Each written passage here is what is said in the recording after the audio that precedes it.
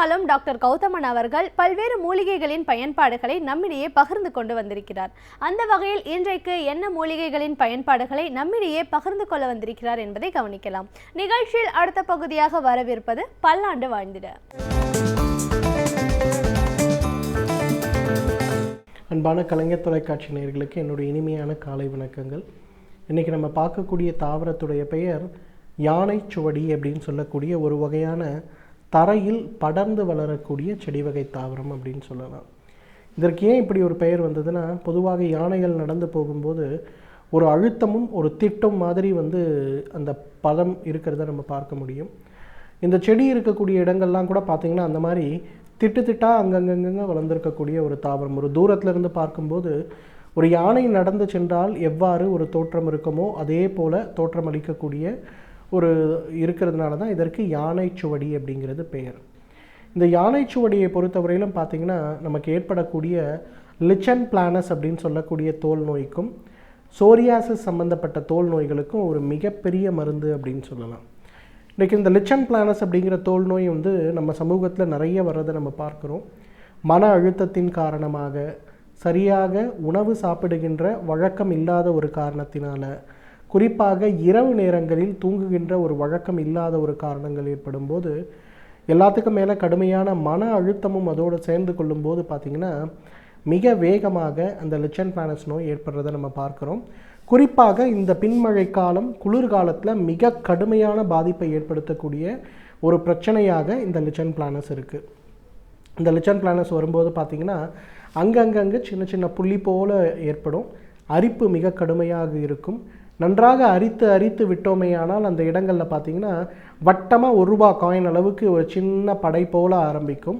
அதே போல் உடல் முழுவதும் வேகமாக பரவக்கூடிய ஒரு பிரச்சனை இருக்கக்கூடிய ஒரு நோய் இந்த லிச்சன் பிளானஸ். இந்த லிச்சன் பிளானஸ் பார்த்திங்கன்னா நம்மளுடைய மாடர்ன் மெடிசனில் இன்றைக்கு ஸ்டீராய்ட் சம்மந்தப்பட்ட மருந்துகளையும் ஸ்டீராய்ட் சம்மந்தப்பட்ட வெளிப்புறம் பூசக்கூடிய மருந்துகளையும் கொண்டு மேனேஜ் செய்கிறாங்க. ஸ்டீராய்டு எடுக்கக்கூடிய ஒரு மருந்துகளுடைய அளவை நீங்கள் குறைக்க ஆரம்பிக்கும்போது மிக வேகமாக அது நமக்கு பாதிப்பை உண்டாக்குகிறத நம்ம பார்க்குறோம். அப்போ இந்த லிச்சன் பிளானஸை குறைக்கக்கூடிய மிகச்சிறந்த மருந்துகளில் இந்த யானை சுவடியும் ஒன்று. லிச்சன் பிளானஸோட இன்னொரு முக்கியமான பெரிய ப்ராப்ளம் என்னன்னு கேட்டிங்கன்னா, நாக்கிலெல்லாம் இருக்கக்கூடிய அந்த சுவை எறும்புகளை கொல்லக்கூடிய தழும்புகள் ஏற்பட்டு விடுவதை நம்ம பார்க்க முடியும். நாக்கெல்லாம் பார்த்திங்கன்னா ப்ரௌன் கலர் பேட்சஸ் திடீர்னு ஆரம்பிக்கும். கொஞ்ச நாள் ஆகும்போது அந்த பேட்சஸில் நம்ம சாப்பிடக்கூடிய உணவுடைய சுவை தெரியாமல் போக ஆரம்பிக்கும். அப்போ சரியாக கவனிக்காமல் விடும்போது நாக்கு முழுவதுமே பார்த்திங்கன்னா ப்ரௌன் கலரில் மாறிடும். அவ்வளவு மோசமான ஒரு பிரச்சனை இருக்கக்கூடிய நோய் இந்த லிச்சன் பிளானஸ். இந்த லிச்சன் பிளானஸ் வரும்போது இந்த யானை சுவடியிலிருந்து எடுக்கக்கூடிய சாறு, அதை ஒரு 30 மில்லி அளவுக்கு காலை ஒரு வேளை மட்டும் உணவுக்கு முன்பு சிறிதளவு தேன் அல்லது பால் கலந்து சாப்பிடலாம். ஒரு 6 மாதம் இதை தொடர்ந்து சாப்பிட வேண்டும். ஒரு தழும்பு கூட இல்லாத அளவுக்கு, கடுகளவு கூட அந்த தழும்பு இல்லாத அளவுக்கு ஆகிற வரையிலும் இதை தொடர்ந்து சாப்பிடணும்.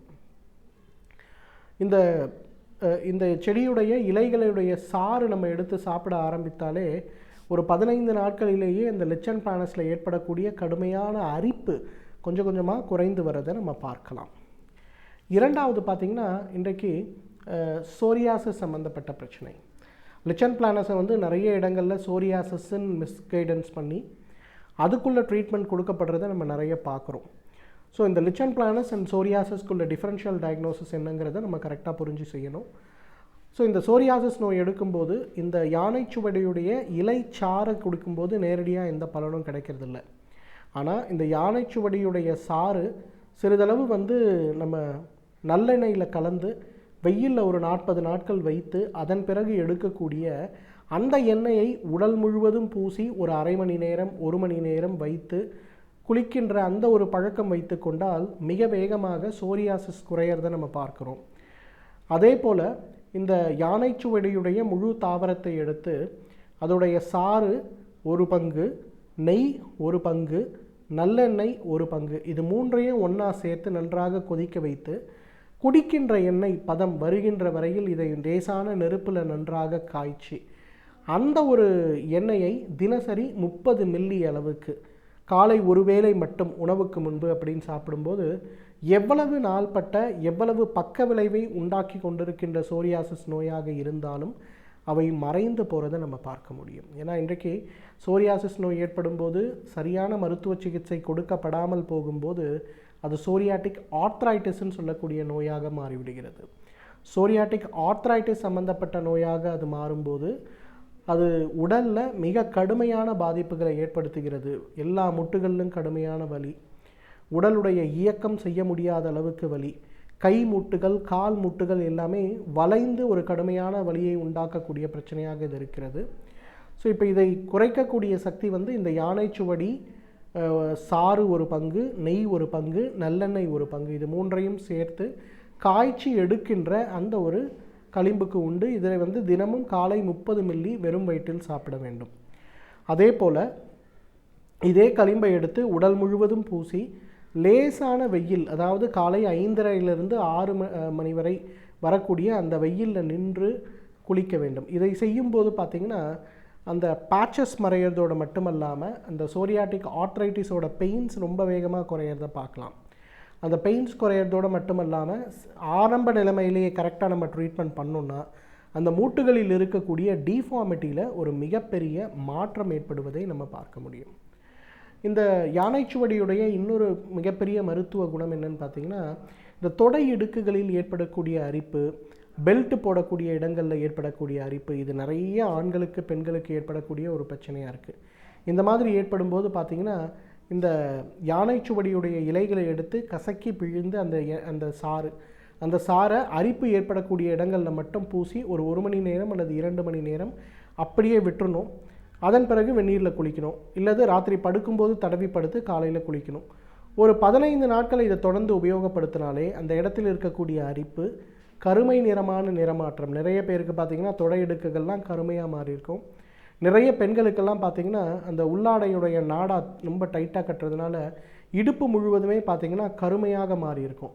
ஸோ இந்த எண்ணெயை எடுத்து அங்கே பூசும்போது அந்த இடத்தில் இருக்கக்கூடிய பிரச்சனை மிக வேகமாக குறையிறத பார்க்கலாம்.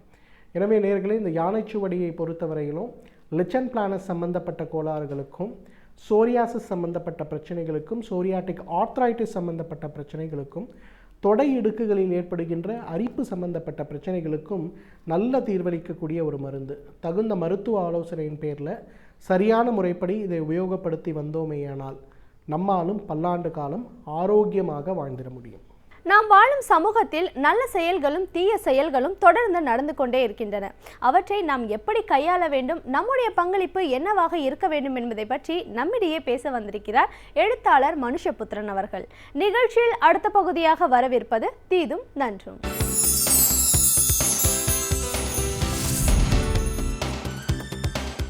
வணக்கம் நண்பர்களே, இன்னும் ஒரு இனிய காலை பொழுதில் தீதும் நன்றும் நிகழ்ச்சியில் உங்களை சந்திப்பதில் மிக்க மகிழ்ச்சி அடைகிறேன். கடந்த நவம்பர் 8 இந்திய பிரதமர் நரேந்திர மோடி அறிவித்த இந்த 500 ரூபாய் 1000 ரூபாய் நோட்டுகள் செல்லாது என்கிற அறிவிப்பு நாளுக்கு நாள் தேசத்தினுடைய நெருக்கடியை அதிகரிக்க செய்து கொண்டே இருக்கிறது.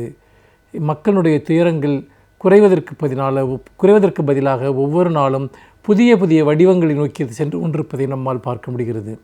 ஆனால் மக்களுடைய அவலங்களைக் கண்டு ஒரு சிறிதும் மனமிறங்காத ஒரு கல் நெஞ்சம் கொண்ட அரசாக இன்றைய மத்திய அரசு இருந்து கொண்டிருக்கிறது என்பதைத்தான் நாம் இங்கே வெளிப்படையாக பார்க்கிறோம். இந்தியாவிலேயே இதுவரைக்கும் நடந்திராத வகையில், அதாவது நெருக்கடி நிலை காலத்தில் எப்படி எதிர்க்கட்சிகள் ஒருங்கிணைந்து நின்றதோ அதுபோன்ற ஒரு விஷயம் இப்பொழுது நடந்து கொண்டிருக்கிறது. டெல்லியில் பாராளுமன்றத்திற்கு வெளியே எல்லா கட்சிகளும், எதிரும் புதிருமாக இருந்த கட்சிகள் எல்லாம் கூட பாஜக அரசிற்கு எதிராக இன்று ஒன்று திரண்டு மக்களுக்கு இழைக்கப்பட்டிருக்கக்கூடிய இந்த மாபெரும் அநீதியை உடனடியாக திரும்பப் பெற வேண்டும், தடுத்து நிறுத்த வேண்டும் என்று குரல் எழுப்பி வருகின்றன. அப்படிப்பட்ட ஒரு சூழ்நிலையில் இன்றைக்கு தேசம் என்பது கொந்தளிப்பினுடைய ஒரு விளிம்பு நிலையை நோக்கி சென்று கொண்டிருக்கிறது என்பதில் எந்தவிதமான சந்தேகமும் இல்லை. உச்சநீதிமன்றமே இந்த நிலை நீடித்தால் நாட்டில் பெருமளவிற்கு கலவரங்கள் வெடிக்கும் என்று எச்சரிக்க வேண்டிய ஒரு நிலை ஏற்பட்டிருக்கிறது. நாடு முழுக்க நீதிமன்றங்களில் மத்திய அரசினுடைய இந்த ரூபாய் நோட்டுகள் செல்லாது என்கிற இந்த அறிவிப்பை எதிர்த்து நிறைய வழக்குகள் தாக்கல் செய்யப்பட்டிருக்கின்றன. வழக்குகள் மட்டுமல்ல, ஆங்காங்கே மாநிலங்களில் பெரும் போராட்டங்கள் இதற்கு எதிராக நடந்து கொண்டிருக்கின்றன. ஆனால் தொடர்ந்து மத்திய அரசு இந்த திட்டம் ஏற்கனவே தோல்வியடைந்து விட்டது என்று தெரிந்தும் கூட கருப்பு பணம் வைத்திருப்பவர்களையோ அல்லது கள்ளப்பணம் வைத்திருப்பவர்களையோ இது எந்த விதத்திலும் பாதிக்கவில்லை என்று தெரிந்தும் கூட பொதுமக்களுக்கு நெருக்கடி ஏற்படுத்தக்கூடிய இந்த நடவடிக்கையை தொடர்ந்து மேற்கொண்டிருப்பதை நாம் பார்க்கிறோம். அப்படி பார்க்கிற போது இந்த மத்திய அரசு எந்த விதமான தர்க்கநியாயமும் இல்லாமல் மக்களுக்கு இவ்வளோ பெரிய ஒரு கொடுமையை இழைத்து கொண்டிருக்கிறது என்பதுதான் இன்று அனைத்து தரப்பு மக்களினுடைய ஒரு குற்றச்சாட்டாக இருக்கிறது. நம்முடைய நாட்டினுடைய பொருளாதாரம் என்பது பெரும்பகுதி அது பணத்தை அடிப்படையாக கொண்ட, பண ரீதியான பரிமாற்றங்களை அடிப்படையாக கொண்ட, இன்னும் சொல்லப்போனால் சிறு தொழில்கள், குறுந்தொழில்கள், சிறு சிறு சேவைகள் சார்ந்த ஒரு கிராமப்புற அல்லது சிறுநகர் சார்ந்த ஒரு பொருளாதாரம் தான் நம்முடைய பெரும்பகுதி பொருளாதார கட்டமைப்பில் இருக்கிறது. அப்படி இருக்கிற போது வளர்ந்த நாடுகளில் இருப்பது போன்ற எல்லோருமே ஏடிஎம்களை பயன்படுத்துவது அல்லது எல்லோருமே டெபிட் கார்டு, கிரெடிட் கார்டு போன்றவற்றை பயன்படுத்துவது என்பதையெல்லாம் நீங்கள் ஒரு நாளில் இந்தியாவில் கொண்டு வந்து விட முடியாது என்பதை எல்லோரும் உலகத்தில் இருக்கக்கூடிய முக்கியமான பொருளாதார நிபுணர்கள் எல்லாம் சுட்டி காட்டுகிறார்கள்.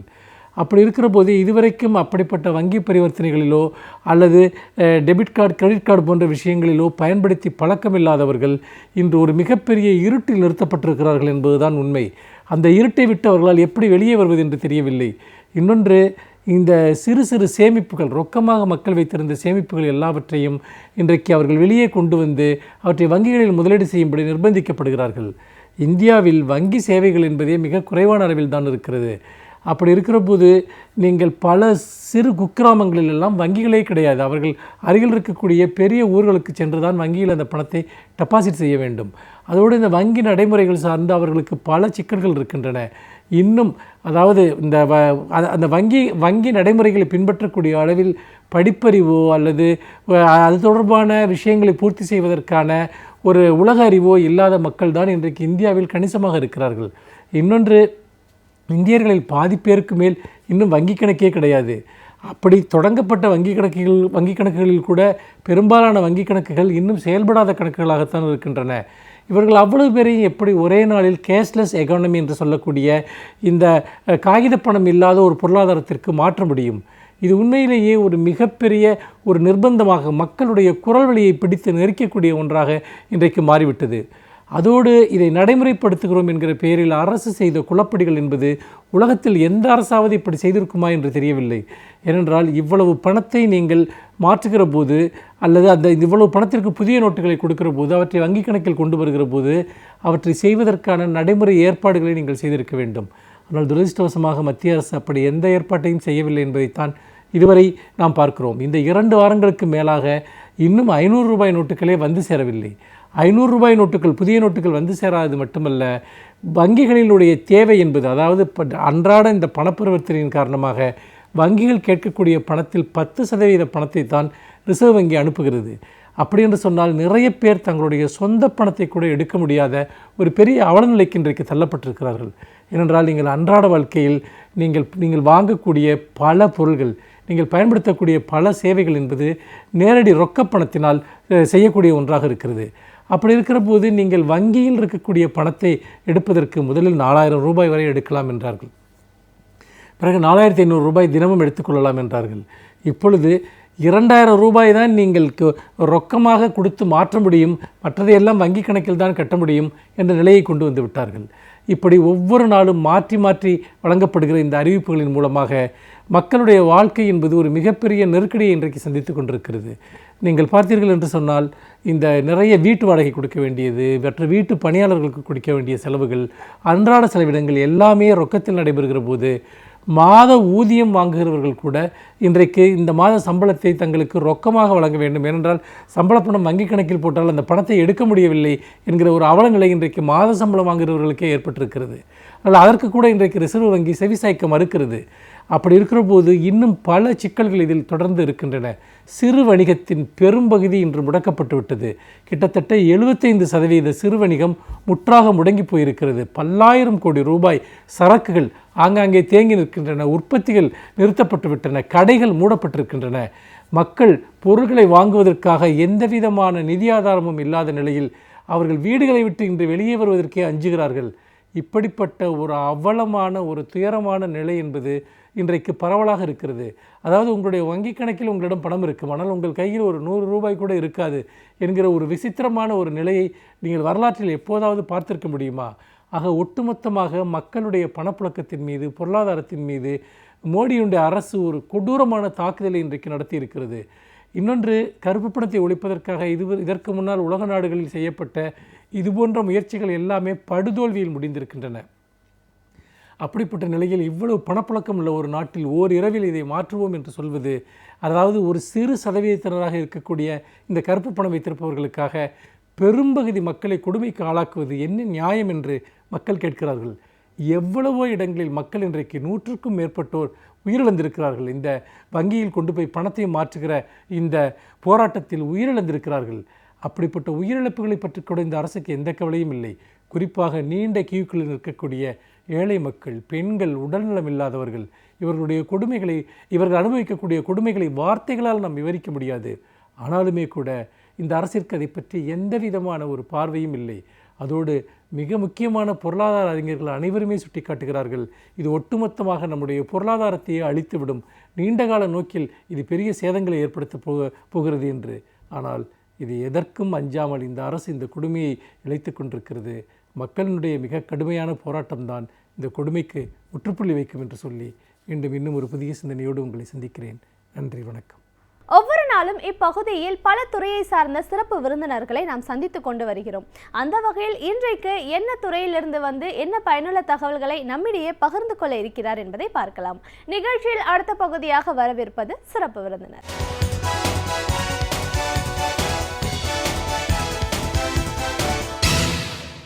வணக்கம் நேயர்களே, விடியலை வா நிகழ்ச்சியின் சிறப்பு விருந்தினருக்கான நேரம் இது. இன்றைய சிறப்பு விருந்தினர் மனிதவள மேம்பாட்டு பயிற்சியாளர் திரு ஆண்டோ வின்சென்ட். மனிதவள மேம்பாடு அப்படின்னு நம்ம பேசும்போது இதில் நிறைய விஷயங்களை பற்றி பேசலாம். ஆனால் நம்ம குறிப்பிட்டு சொல்லணும் அப்படின்னா தலைமை பண்பு, அந்த லீடர்ஷிப் குவாலிட்டி, லீடர்ஷிப் எக்ஸலன்ஸ் அப்படிங்கிறது ஏன் அவசியம், அதை எப்படி நம்ம வளர்த்துக்கணும், அதை இயல்பாக வரக்கூடிய வாய்ப்பு இருக்கா, இதற்கான பயிற்சிகள் என்ன, இப்படி பல விஷயங்களை, கருத்துக்களை இன்னைக்கு நம்ம அவர்கிட்ட கேட்டு தெரிஞ்சுக்கலாம். வணக்கம் சார். வணக்கம்மா. மனிதவள மேம்பாட்டு பயிற்சியாளராக முதல்ல எங்கள் நிகழ்ச்சிக்கு உங்களை நாங்கள் வரவேற்கிறோம் சார். நன்றி. மனித வளம் அப்படின்னு நம்ம சொல்லும்போது இன்னைக்கு எவ்வளோ ஆற்றல்கள் இன்னைக்கு மனிதன்கிட்ட இருக்குது அப்படிங்கிறத பார்க்குறோம். அதை முழுமையாக பல நிறுவனங்கள் உபயோகப்படுத்திட்டு இருக்காங்க. அதன் மூலமாக ஒவ்வொருத்தரும் வந்து தன்னுடைய வெற்றிகளை கண்டு ஒரு உச்ச நிலைக்கு போனவங்களும் சாதனையாளர்கள் நிறைய பேர் இருக்காங்க. ஆனால் சில விஷயங்கள் இது சரியான முறையில் ஒரு பயிற்சி எடுக்காததுனால அவங்களுக்கு தொழில்நுட்பம் சார்ந்த பல விஷயங்கள் தெரிஞ்சிருந்தாலும் அடுத்த நிலைக்கு போகாமல் நிறைய பேர் கஷ்டப்படுறதையும் பார்க்குறோம். ஸோ இதற்கான ஒரு பயிற்சி அப்படின்னு வரும்போது நிறைய குணாதிசயங்களை பற்றி நம்ம பேச வேண்டியது இருக்குது. ஆனால் இதெல்லாம் தாண்டி எல்லாத்தையும் கற்றுக்கிட்டு ஒருத்தர் வரும்போது அடுத்த நிலைக்கு போகணும், ஒரு தலைவனாகணும், இதை நம்ம வழிநடத்தி கொண்டு போகணும் அப்படின்னு நினைக்கிறவங்களுக்கு வந்து அது ஒரு தனி இயல்பு. அதை பற்றின ஒரு புரிதல் அதிகமாக தேவைப்படுது. அது நமக்கு தானாக இயற்கையாகவே வருமா, இல்லை வளர்த்துக்கணுன்ற ஆர்வம் இருந்தாலே போதும் நம்மளால் வளர்த்துக்க முடியுமா, இப்படின்ற விஷயங்கள், இந்த லீடர்ஷிப் எக்ஸலன்ஸ், அந்த குவாலிட்டி ஆஃப் லீடர்ஷிப், இதை பற்றி மட்டும் நம்ம இன்னைக்கு முழுமையாக பேசலாம் சார். ஃபர்ஸ்ட் லீடர்ஷிப் குவாலிட்டி, இந்த தலைமை பண்பு அப்படிங்கிறது என்ன சார்? இது தானா இயல்பாக இருக்கக்கூடியதா, இல்லை ஒருத்தர் வந்து நினைச்சாருன்னா இதை வளர்த்துக்கிறதுக்கான வாய்ப்பு இருக்கா? மிக்க நல்ல கேள்வி, நல்ல முகவரை கொடுத்துங்க. தலைமை பண்பு என்பது சுருக்கமாக சொல்லப்போனால் வழி நடத்துதல். ஆனால் வழி நடத்துதல்ங்கிறது அது முழுமையாக அதை டிஃபைன் பண்ணாது. தலைமை பண்பு என்பது ஒரு இலக்கு நமக்கு தெரிய வேணும். ஒரு எங்கே போகிறோம், எந்த திசையை நோக்கி போகிறோம், எதை நோக்கி நம்ம சாதிக்க போகிறோம், அது நமக்கு தெரியணும்.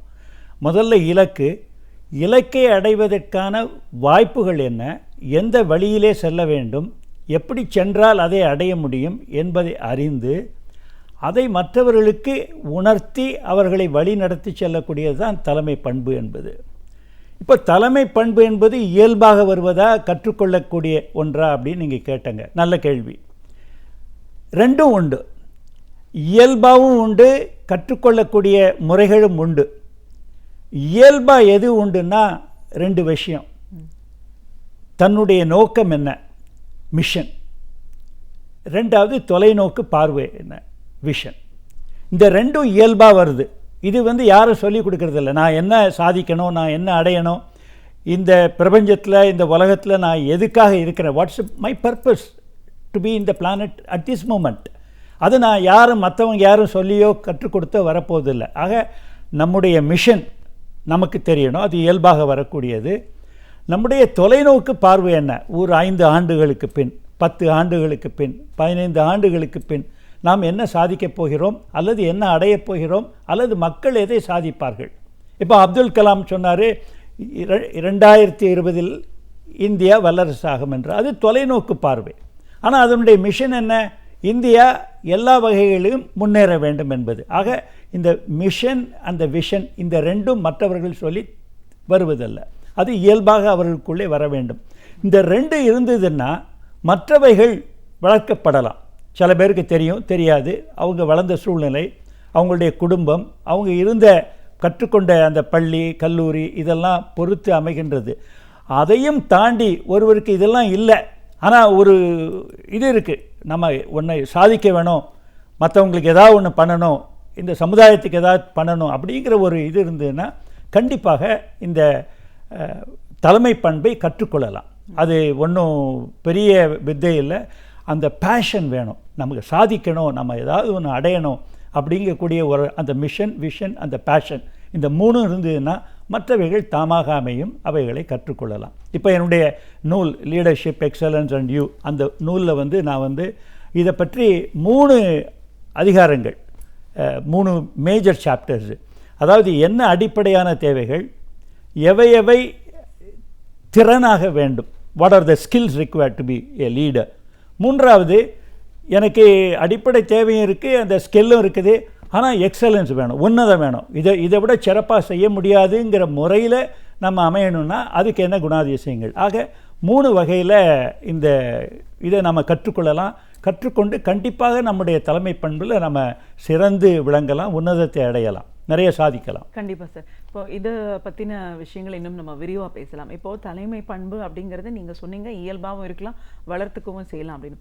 இப்போ தலைமை பண்பு அப்படின்னும் போது திறன்கள் அப்படின்னு சொன்னீங்க இல்லையா, என்ன மாதிரியான ஒரு திறன்கள்லாம் நம்ம அடிப்படையில் வளர்த்துக்கணும்? ஓகே, நான் சொன்ன மாதிரி 3 பிரிவுகளாக இருக்குது. ஒன்று அடிப்படை தேவை. அடிப்படை தேவையில் 2 ஏற்கனவே நான் குறிப்பிட்டுட்டேன், விஷன் மிஷன். என்ன என்னுடைய தொலைநோக்கு பார்வை, என்னுடைய நோக்கம் என்ன. இது போக 3 அடிப்படை தேவை என்னென்னா, கம்யூனிகேஷன், எனக்கு தகவல் சொல்லணும், அவங்க மக்களோட பரிவர்த்தனை நடத்தணும், நான் என்ன விரும்புகிறேனோ அதை அவங்களுக்கு போய் ரீச் ஆகணும், அவங்கள அடையணும், அதுக்கு நான் கம்யூனிகேட் பண்ணணும்.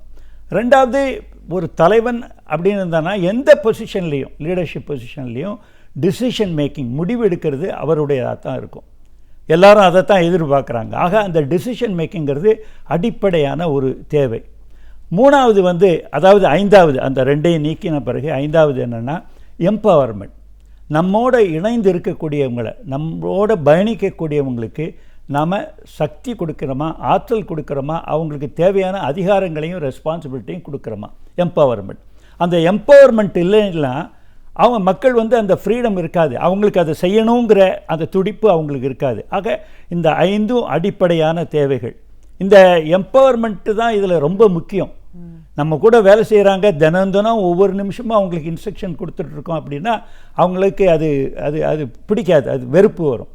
அவங்களுக்கு ஒரு என்ன செய்யணும் அப்படிங்கிற விஷயத்தை கொடுத்துட்டு எப்படி செய்யணுங்கிறத ஒரு கோச் பண்ணிவிட்டு அதுக்கப்புறம் அவங்கள செயல்பட விடணும். அப்படி செயல்பட விடுவது தான் அந்த எம்பவர்மெண்ட். இது முதல்ல அடிப்படையான தேவைகள். திறன் அப்படின்னு பார்த்தா முதல்ல காலத்தை நிர்ணயிக்கக்கூடிய, காலத்தை நிர்வகிக்கக்கூடிய, எல்லாருக்கும் 24 மணி நேரம் தான் இருக்குது, வித்தியாசமே இல்லை, வேறுபாடே இல்லை. ஆனால் வாழ்க்கையிலையும் தலைமை பண்பிலையும் வெற்றி பெறுபவர்கள் காலத்தை சரியாக அவர்கள் நிர்ணயிக்கின்றார்கள், நிர்வகிக்கின்றார்கள். ஆக டைம் மேனேஜ்மெண்ட். தன்னுடைய எமோஷனை, உணர்வுகளை, உணர்ச்சிகளை எவ்வாறு நிர்வகிக்கின்றார்கள். பீப்புள் மேனேஜ்மெண்ட், எவ்வாறு மனிதர்களை, தன்னோடு இருப்பவர்களை அவர்கள் எவ்வாறு கொண்டு செல்கின்றார்கள். கான்ஃப்ளிக்ட் மேனேஜ்மெண்ட், எந்த சூழ்நிலையிலையும் எந்த டீம்லேயும் மக்களுக்குள்ள ஒரே மாதிரி எண்ணங்கள் இருக்காது, அவங்களுக்குள்ள ஒரு பிணக்குகள் இருக்கும், அதை சரி செய்யக்கூடியதும். இந்த டெம்போவை முதல்ல ஆரம்பிக்கும்போது இருக்கக்கூடிய அந்த பேஷன், அந்த அந்த அந்த துடிப்பை கடைசி வரைக்கும் கொண்டு போகணும், அது பர்சவியரன்ஸ். இது 2வது பிரிவு. 3வது பிரிவு பார்த்தோம்னா இதெல்லாம் இருக்குது, ஆனால் இன்னும் நான் ரொம்ப உயரத்துக்கு போகணும், உன்னதத்துக்கு போகணும் அப்படின்னா முதல்ல எனக்கு தேவையானது, எல்லா தலைவர்களுக்கும் தேவையானது ரிஸ்க் டேக்கிங் எபிலிட்டி. எதை எடுத்தாலும் நம்ம வந்து ஒன்று செய்ய ஆரம்பிக்கும் பொழுது அதில் வெற்றி பெறுமாங்கிறது நிச்சயமாக யாருக்குமே தெரியாது.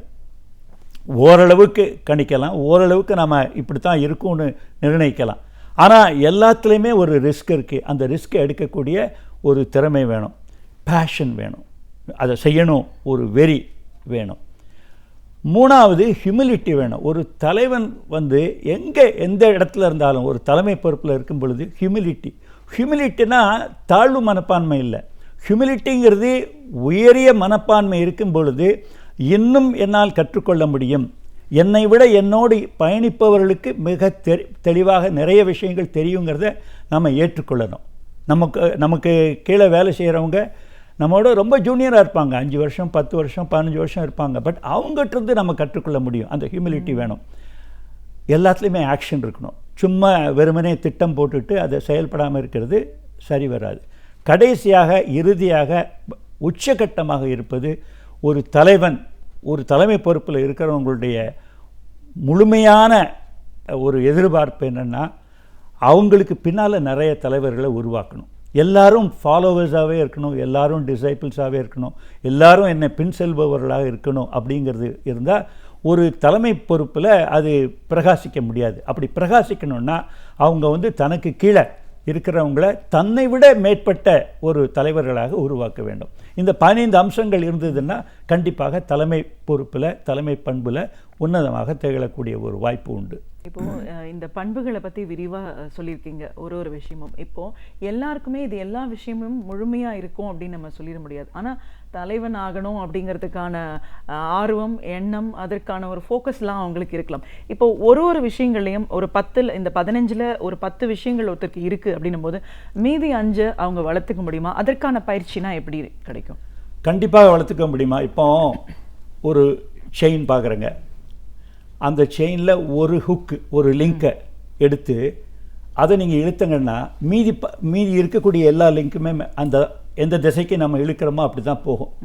இதில் 15ல் 10 இல்லை 5 இருந்தால் கூட அந்த பேஷன் இருந்ததுன்னா அதுதான் ரொம்ப முக்கியம். விஷன், மிஷன், பேஷன், அந்த தொலைநோக்கு பார்வையும் இதை சாதிக்கணுங்கிற அந்த துடிப்பும் இருந்ததுன்னா கண்டிப்பாக மற்றவர்களை நம்ம வளர்த்துக்கலாம். பல முறைகளில் நம்முடைய கற்றுக்கொள்ளலாம். ஒன்று நூல்கள் வாயிலாக, 2வது பயிற்சிகளில் நாம் பங்கேற்பதன் மூலமாக, 3வது மற்றவர்களை பார்த்து, மற்ற தலைவர்களை பார்த்து, நம்மோடு பயணிப்பவர்களை பார்த்து, நம்மோடு வேலை செய்பவர்களை பார்த்து, நம்மோடு இருக்கக்கூடிய அந்த இயக்கத்தில் இருக்கக்கூடியவங்களை பார்த்து நம்ம கற்றுக்கொள்ளலாம்.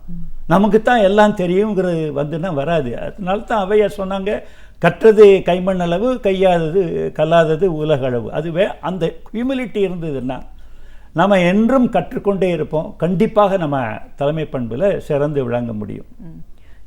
நீங்கள் பேசும்போது இந்த குவாலிட்டிஸில் டெசிஷன் மேக்கிங், கம்யூனிகேஷன் ரொம்ப இம்பார்ட்டண்ட் அப்படின்னு சொல்லியிருக்கீங்க லீடருக்கு.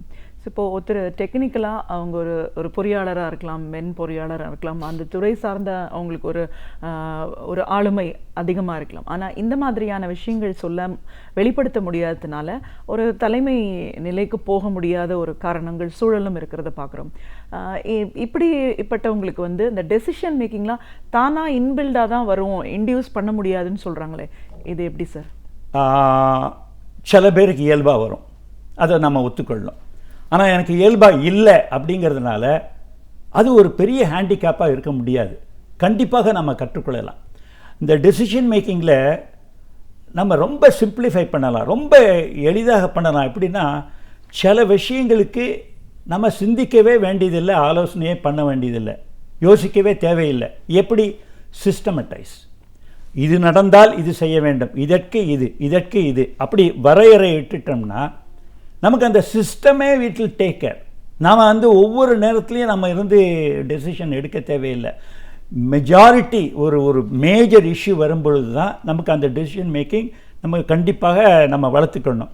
அப்போ முதல்ல வந்து நம்ம சிஸ்டமைஸ் பண்ணணும். நம்முடைய ஒர்க்கு சிச்சுவேஷனோ, ஒர்க் என்விரான்மெண்ட்டோ எப்படி நம்ம செயல்படணுமோ அதை சிஸ்டமைஸ் பண்ணி இதை எல்லாருக்கும் முதல்ல சொல்லிடணும், இது நடந்தால் இப்படி. அப்போ வந்து ஒரு டேபுலேஷன் மாதிரி இருக்கும். அதில் வந்து டெசிஷன் மேக்கிங்கே தேவையில்லை, தானாகவே அது flow, easy flow, smooth flow நடக்கும். இப்போ மேஜர் இஷ்யூஸ் நம்ம ரிஸ்க் டேக்கிங் மாதிரி நம்ம மேஜர் இஷ்யூ எடுக்கிறோம்னா அப்போ நம்ம மற்றவர்களுடைய கருத்துக்களை கேட்கலாம். அவங்களுடைய கருத்தை கேட்கறதுனால அதைத்தான் நம்ம செயல்படுத்துவோன்னு தேவையில்லை. பட் பல பேருடைய கருத்துக்கள் வரும்போது நமக்கு ஒரு தெளிவு பிறக்கும். அந்த தெளிவு பிறக்கும் பொழுது நமக்கு எது சிறந்தது, எது நமக்கு உகந்தது அல்ல, எது உகந்தது எது உகந்தது அல்ல அப்படிங்கிற ஒரு வரைமுறையை நாம் பார்த்தோம்னா சரியாக வரும். அதனால தான் வள்ளுவன் சொல்கிறாரு, இதனை இதனால் இவன் முடிக்கும் என்றாய்ந்து அதனை அவன் கண் விட. ஆக நம்ம அப்படி தீர்மானிக்கும் பொழுது பல நேரங்களில் டெசிஷன் மேக்கிங்க்கு நம்ம கூட பயணிக்கக்கூடிய, நம்ம கூட வேலை பார்க்கக்கூடிய, நமக்கு பல வருடங்கள் ஜூனியராக இருக்கக்கூடியவங்களே நமக்கு ஆட்டோமேட்டிக்காக அவங்க கருத்துக்கள் சொல்லும்போது அதிலிருந்து ஒரு தெளிவு பிறக்கும். ஆக டெசிஷன் மேக்கிங் அந்த மாதிரி நம்ம வளர்த்துக்கொள்ளலாம். அதே மாதிரி கம்யூனிகேஷன் ரொம்ப எசென்ஷியல். எனக்கு மனசில் இருக்கிறது நான் அவங்க மனசில் அது சேரலைன்னா, அவங்க உள்ளத்தில் சேரலைன்னா, நம்ம என்ன செய்யணுங்கிறத தெளிவை அவங்களுக்கு அந்த தெளிவு வரலைன்னா அதில் பிரயோஜனம் இல்லை. ஆக இந்த கம்யூனிகேஷனுங்கிறது வளர்த்துக்கக்கூடிய ஒரு கண்டிப்பான ஒரு திறன். அது ஒரு பெரிய வித்தை இல்லை, ஆனால் அதுக்கு கற்றுக்கணும், நம்ம சிறப்பாக செயல்படணும் அப்படிங்கிற அந்த அடிப்படையான ஒரு அந்த துடிப்பு, அந்த பேஷன் இருந்ததுன்னா கண்டிப்பாக வரும். கண்டிப்பாக சார். ஒரு நிறுவனங்கள், பெரிய நிறுவனங்களை பார்த்தீங்கன்னா நிறைய பேர் பல ஆண்டுகள் அனுபவம் இருக்கலாம், அந்த துறை சார்ந்த ஒரு நிபுணத்துவமும் இருக்கலாம். ஆனாலும் ஒரு மிடில் மேனேஜ்மெண்ட் போஸ்ட் அந்த நிலைக்கு போனதுக்கு அப்புறமா அதுக்கு அடுத்த நிலைக்கு போக முடியாமல் அங்கேயே ஒரு ஸ்டாக்னன்ட் சிச்சுவேஷன், அங்கேயே தங்கி போகிற ஒரு நிலைப்பாடை பார்க்குறோம். இது எதனால், இதோட ஃபீட்பேக் என்ன, எந்த இடத்துல சிஸ்டம் ஃபெயில்யூர் ஆயிருக்கு? ஒரு ஆள் முன்னேறாமல் அப்படியே நின்று போகிறாரு அப்படின்னா அவர் தான் பொறுப்பு, வேறு யாரும் அல்ல. வேறு யாரையும் நம்ம ப்ளேம் பண்ண முடியாது. அவங்களால நான் முன்னேறலை, என்னுடைய பாஸ் சரியில்லை, என்னுடைய சிச்சுவேஷன் சரியில்லை, என் கீழே வேலை செய்தவங்க சரியில்லை, அது பொறுப்பு மற்றவங்ககிட்ட தட்டி கழிக்க முடியாது. நான் தான் பொறுப்பு. I am responsible. என் வாழ்க்கையில் நடக்கக்கூடிய ஒவ்வொன்றுக்கும் நானே பொறுப்பு. அந்த ரெஸ்பான்சிபிலிட்டியை நம்ம எடுத்துட்டோம்னா அந்த ஒரு தேங்கி போகக்கூடிய ஒரு மந்தமான நிலை இருக்க தேவையில்லை. ரெண்டாவது, எனக்கு என்ன வாழ்க்கையில் என்னுடைய எண்ணம், நிறைய பேர் சொல்லுவான் நான் ஒரு நல்ல வேலைக்கு செட்டில் ஆகணும்னு. இந்த செட்டில் ஆகணும்னு வரான் பாருங்க, அவன் என்றைக்குமே அங்கே செட்டில் ஆகி தான் இருப்பான், முன்னையில் போக மாட்டான். முன்னால் போகணுன்னா செட்டில் ஆக முடியாது, ஆகக்கூடாது. நம்ம இருப்பதிலிருந்து மாறிக்கொண்டே இருக்க வேண்டும். சேஞ்ச் மேனேஜ்மெண்ட் நமக்கு வேணும். எல்லா நேரங்களிலும் நிலையாக இருக்கக்கூடியது மாறுதல் ஒன்று. அப்போ மாறுதல்களுக்கு ஒப்ப நம்மை தயாரித்து கொண்டு வர வேண்டும். ஒரு உதாரணமாக சொல்லப்போனால், அந்த காலத்தில் ஒரு டைப்பிஸ்ட், ஒரு செக்ரட்டரி இருந்தாங்கன்னா அவங்க பழைய மிஷினில் மெக்கானிக்கலாக அவங்க டைப் பண்ணுவாங்க. பட் அது காலம் மாறுது, அது கம்ப்யூட்டர் ஸ்கில் அவங்க கற்றுக்கலைன்னா அவங்க அந்த செக்ரட்டரியாக ஃபங்க்ஷன் பண்ண முடியாது. ஸோ ஒரே ஆள், காலங்கள் மாறுகின்றன. இன்றைக்கி அப்படி இல்லை, அதையும் தாண்டி நிறைய நெட்டு அதெல்லாம் போகக்கூடிய இது திறமை வேணும். அதை வளர்த்துக்கிட்டு வரணும், வளர்க்க வேண்டும் என்ற ஆர்வம் இருக்கணும், துடிதுடிப்பு இருக்கணும். ஆக யார் மந்தமாக இருக்கிறாங்களோ, தேங்கி போகிறாங்களோ, அதுக்கு காரணம் பொறுப்பு அவங்க தான். அவங்க அதை மீண்டு வரணும், வெளியே வரணும். அப்படி மீண்டு வரணும் என்ற ஒரு எண்ணம் இருக்கிறவங்களுக்கு ஒரு பயிற்சியாளராக நீங்கள் என்ன ஆலோசனை சொல்லுவீங்க? முதல்ல சொல்கிறது ஏற்கனவே நான் சொன்னது தான், ஹியூமிலிட்டினா தாழ்வு மனப்பான்மை அல்ல. என்னை பற்றிய உயர்வான எண்ணம் ஆயினும் எனக்கு இன்னும் தெரிந்து கொள்ள வேண்டியது நிறைய இருக்குது. வள்ளுவர் என்ன சொல்கிறாரு? யாதானும் நாடாமால் ஊராமால் என்னொருவன் சாந்துணையும் கல்லாதவாறு. எந்த நாடும் உனது நாடு, எல்லா ஊரும் உனது ஊர். ஆக நீ எப்படி இறுதி மூச்சு வரை புதிதாக ஒன்றை கற்றுக்கொள்ளாமல் இருக்கின்றாய், அது எப்படியா முடியும் அப்படிங்கிறாரு. ஆக மனித வாழ்க்கையில் இன்னைக்கு இருக்கக்கூடிய இதில் மாற்றங்கள் மிக மிக ஒரு சூறாவளி வேகத்தில் வந்துட்டுருக்கு. அப்போ மக்கள் கற்றுக்கொண்டு இருக்க வேண்டும். அந்த கற்றுக்கொண்டதன் மூலமாக, புதிதாக ஒன்றொன்றாக கற்றுக்கொள்வதன் மூலமாக நாம் வாழ்க்கையில் உயர முடியும். இதுதான் குறிப்பாக நம்ம இந்த தலைமை பண்பை பற்றி சொல்கிறாங்கன்னா, தலைமை பண்பில் உன்னதம் அப்படிங்கிறத பற்றி சொல்கிறாங்கன்னா, எனக்கு பெண்ணின் பெருமையில் வள்ளுவன் பெண்ணை பற்றி சொல்லுவது தான் கரெக்டாக வருது. தற்காத்து தற்கொண்டான் பேணி தகை சார்ந்த சொற்காத்து சோர்விலாள் பெண். ஒரு பெண் எப்படி இருக்குன்னா தற்காத்து, தற்காத்துனா உடலாலும் உள்ளத்தாலும் ஒழுக்கத்தாலும் பல நெறிமுறைகளாலும் தன்னை காத்து, தற்கொண்டான் பேணி தன்னை கைப்பிடித்தவனை பேணி. அதே மாதிரி ஒரு லீடர் அப்படிங்கிறவரும் தன்னை பாதுகாத்து தன்னை மேம்படுத்தி தன்னை சார்ந்திருப்பவருடைய நலனை பேணி, தற்காத்து தற்கொண்டான் பேணி தகை சார்ந்த சொற்காத்து. பேச்சில் சுருக்கம் வேணும். எது பேசுகிறோமோ தெளிவாக நச்சுன்னு இருக்கணும். அதிகமாக வளவளன்னு பேசுகிறதோ இந்த காசிப்போ தேவையற்ற விஷயங்களை பேசுகிறதோ கூடாது. தற்காத்து தற்கொண்டான் பேணி தகை சார்ந்த சொற்காத்து சோர்விலாள் பெண். சோர்வு அப்படிங்கிறது அங்கே இருக்கக்கூடாது. அந்த பெண்ணுக்கு உன்னதம் எதுன்னு வள்ளுவன் சொல்கிறானோ அது கண்டிப்பாக தலைமை பொறுப்பில் இருக்கக்கூடிய ஒவ்வொருத்தருக்கும் பொருந்தும். ஆக அந்த அளவில் இந்த 4 அம்சங்களை கையாண்டால் கண்டிப்பாக தலைமை பண்பில் உன்னதம் இருக்கும். இன்னைக்கு ஆர்வமுள்ள இளைஞர்கள், மாணவர்கள் ஒரு கெரியர் அப்படின்னு முதல்ல தங்களோட பணிக்கு போகிறவங்க நிறைய பேருக்கு நிறைய விஷயங்கள் இப்போ வெளியிலேருந்து தெரியுது. இருந்தாலும் அவங்களுக்கான ஒரு இலக்கு என்ன, அதை அடையணும்னா அதுக்கு நம்ம என்ன பண்ணணும் அப்படின்ற இலக்கு தெரியாமல் நிறைய பேர் இருப்பாங்க. இப்போ அவங்கெல்லாம் ஆரம்ப காலகட்டத்திலேருந்து என்ன மாதிரியான விஷயங்களை கடைபிடிக்கணும்னு சொல்லுவீங்க? முதல்ல தெளிவு வேணும், நமக்கு என்ன வேணுங்கிறது. இப்போ நிறைய பேர் இன்ஜினியரிங், மெடிக்கல், அந்த காமர்ஸ், அக்கௌண்டன்சி இதெல்லாம் படிக்கிறாங்க. இவங்கெல்லாம் ஏன் அதை படிக்கிறாங்கன்னா 75% பேர் ஏன் அதை படிக்கிறாங்கன்னா பெற்றோர் சொன்னாங்க, இல்லைன்னா நண்பர்கள் சொன்னாங்க. தனக்காக ஒன்று தெளிவு இல்லை. முதல்ல we should determine the purpose. நம்முடைய வாழ்க்கையில் நம்முடைய நோக்கம் என்ன, நம்முடைய மிஷன் என்ன, என்ன சாதிக்க விரும்புகிறோம், எதற்காக நம்ம வாழ்கின்றோம், இதை முதல்ல நிர்ணயிச்சிட்டோம்னா அதுக்கப்புறம் 2வது வரக்கூடியது இன்னும் 5 வருஷத்தில் 10 வருஷத்தில் 15 வருஷத்தில் நான் என்ன ஆக முடியும், அந்த விஷன் எனக்கு தெளிவாகும். எனக்கு பர்பஸ் தெரியுது, தொலைநோக்கு புரியுது. அப்போ அதை அடையணுங்கிறதுக்கு நம்ம கோல் செட்டிங் போடணும். கோல் செட்டிங்னு போடும்போது எல்லாரும் ஒரே ஒரு விஷயத்தை போடுறாங்க. நம்ம ஒரே ஒரு விஷயத்தை போட முடியாது. நீங்கள் சொன்னங்க 10ல் 15ல் 10 மட்டும் இருந்தால் போதுமானு. 15 நம்ம டெவலப் பண்ணணும். அதே மாதிரி ஒரு சக்கரத்தில் எல்லா இடங்களும் சரியாக இருக்கணும். அதே மாதிரி கோல் செட்டிங் வரும்போது தன்னுடைய ஃபிசிக்கல் பாடி ஹெல்த்து, அதை நிறைய பேர் அதை பற்றி சிந்திக்கிறதே இல்லை. Physical health, mental health, emotion, நம்முடைய ஃபேமிலி, நம்முடைய ரிலேஷன்ஷிப், நம்முடைய ஃபினான்ஸ், நம்முடைய சோஷியல் ரிலேஷன்ஷிப், நம்ம எர்த்துக்கு, நம்ம இந்த உலகத்துக்கு, இந்த பிரபஞ்சத்துக்கு நம்ம என்ன கொடுக்க போகிறோம் அப்படிங்கக்கூடிய முறையில் பல்வேறு 8 அம்சங்களை குறித்து கோல் செட் பண்ணணும். அதை தான் இந்த நூலில் நம்ம கோல் செட்டிங்னு ஒரு சாப்டரே போட்டு அதை எப்படி போடுறது, அந்த இலக்கை 5 வருஷத்தில் நான் என்ன அடைய போகிறேன், அதே ஒரு அம்சம். இப்போ ஒரு ஆளுக்கு ஒரு 80 கிலோ, நான் 60 கிலோ வரணும்னு நினைக்கிறாரு.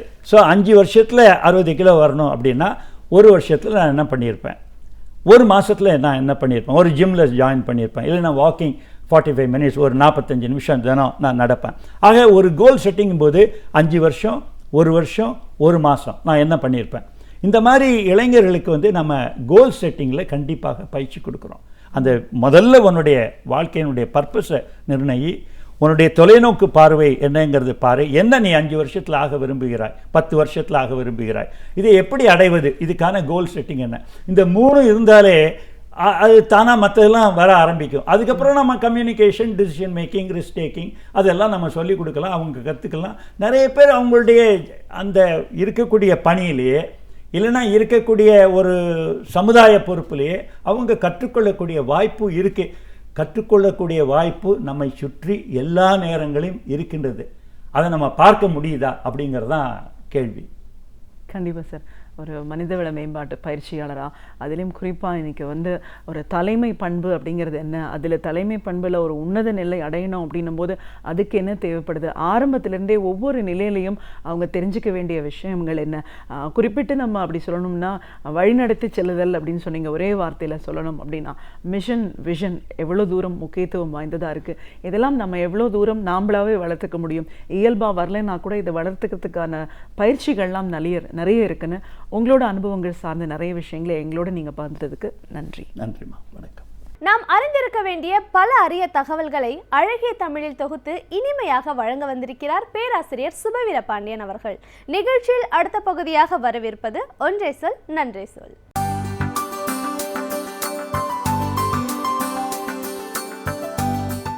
அனைவருக்கும் என் அன்பு வணக்கம். வழக்கில் நாம் பயன்படுத்துகிற பல சொற்களுக்கு சில வேளைகளில் என்ன பொருள் என்று நம்மால் துல்லியமாக அறிந்து கொள்ள முடியவில்லை. அகராதிகள் இருக்கின்றனவே, எடுத்து பார்த்து விடலாம் தானே என்றால் பார்க்கலாம். ஆனால் வழக்கில் இருக்கிற சொற்களுக்கு அல்லது சில மரபு தொடர்களுக்கு அகராதியில் அப்படியே பொருள் கிடைக்கும் என்று கூற முடியாது. ஏனென்றால் மொழி என்பது மக்களிடமிருந்து உருவாகிறது. ஒரு சொல்லுக்கு இயல்பாக அகராதியிலே இருக்கிற பொருள் நடைமுறையில் சில வேளைகளில் வேறாக இருக்கலாம். அது மரபின் அடிப்படையில் தொடர்ந்தும் வந்திருக்கலாம். அதனாலே தான் அதனை மரபு தொடர்கள் என்று சொல்கிறோம். ஆங்கிலத்திலே இடியமேட்டிக் ஃப்ரேசஸ் என்று கூறுவார்கள். இடியம்ஸ் என்றே தனியாக அகராதிகள் இப்போது வந்து கொண்டிருக்கின்றன.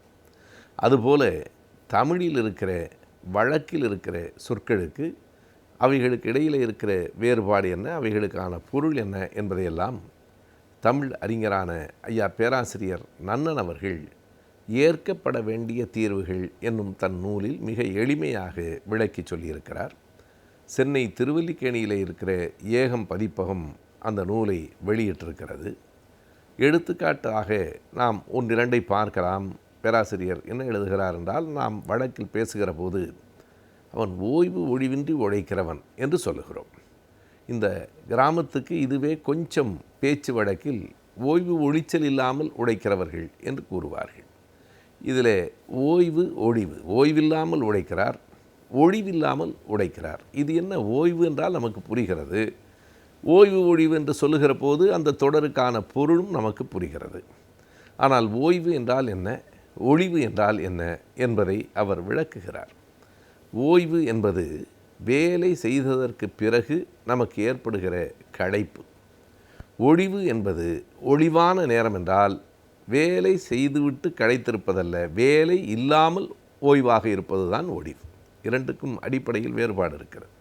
காலையிலிருந்து மாலை வரை அல்லது இரவு வரை வேலை பார்த்துவிட்டு களைத்து போயிருக்கிறவனிடம் போய் ஓய்வாக இருக்கிறீர்களே, இப்போது நாம் பேசலாமா என்று கேட்கக்கூடாது. அவன் ஓய்வாக இல்லை, அவனுக்கு இப்போது ஓய்வை தவிர வேறு எதுவும் தேவையில்லை. ஆனால் ஒழிவாக இருக்கிறார் என்று சொன்னால் அவர் இப்போதைக்கு வேறு வேலைகள் எதுவும் இல்லாமல் இருக்கிறார், எனவே அவரோடு பேசலாம். இரண்டும் மேம்போக்காக பார்க்கிற போது ஓய்வு என்பது போல தோன்றும். ஆனால் ஒன்று களைப்பு, இன்னொன்று அப்படி இல்லை. இருக்கிற நேரத்தை பகிர்ந்து கொள்ளக்கூடிய தன்மை இருக்கிறது. ஓய்வு ஒழிவு இரண்டுமே இல்லை என்றால் ஓய்வு ஒழிவில்லாமல் வேலை செய்கிறார். காலையிலே சென்னையில் இருக்கிறார், மாலையிலே மதுரையில் இருக்கிறார், அடுத்த வேலை அங்கே இருக்கிறார், தொடர்ந்து அவருக்கு வேலைகள் இருக்கின்றன என்று சொன்னால் ஓய்வு ஒழிவில்லாமல் வேலை செய்கிறார் என்றால் வேலை செய்ததற்கு பிறகு ஓய்வெடுக்கவும் இல்லை, அந்த வேலையே இல்லாத நேரமும் அவருக்கு இல்லை என்று பொருள். அதுதான் மிக கடுமையானது. எனவே இரண்டுக்கும் இருக்கிற அந்த வேறுபாட்டை, நுட்பமான வேறுபாட்டை பேராசிரியர் நன்னன் எடுத்து காட்டுகிறார். இதுதான் இதே போலத்தான் இன்னொரு இரண்டு சொற்களையும் சொல்கிறார். களைப்பாறுதல் வேறு, இளைப்பாறுதல் வேறு என்கிறார்.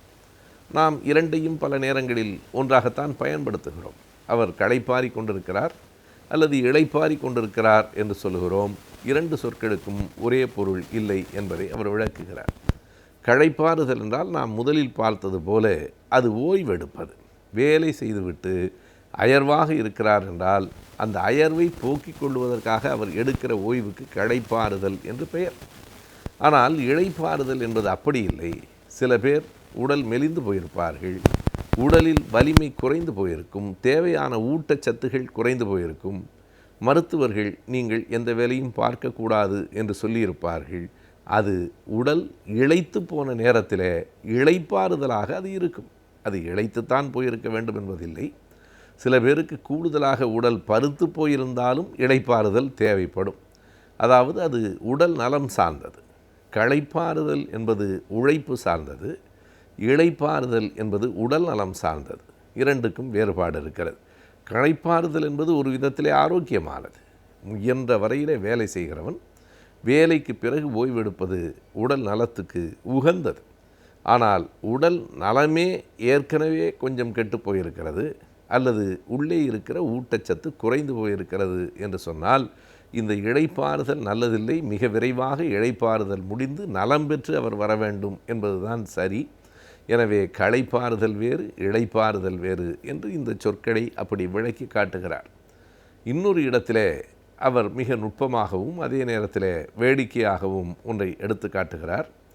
நாம் ஒருவரை ஓரிடத்துக்கு போய் வரச் சொல்லி அனுப்புகிறோம்.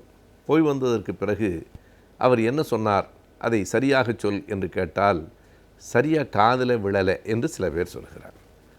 சில பேர் என்ன சொல்கிறார்னா, நான் காதில் வாங்கிக்கலைங்க என்கிறார்.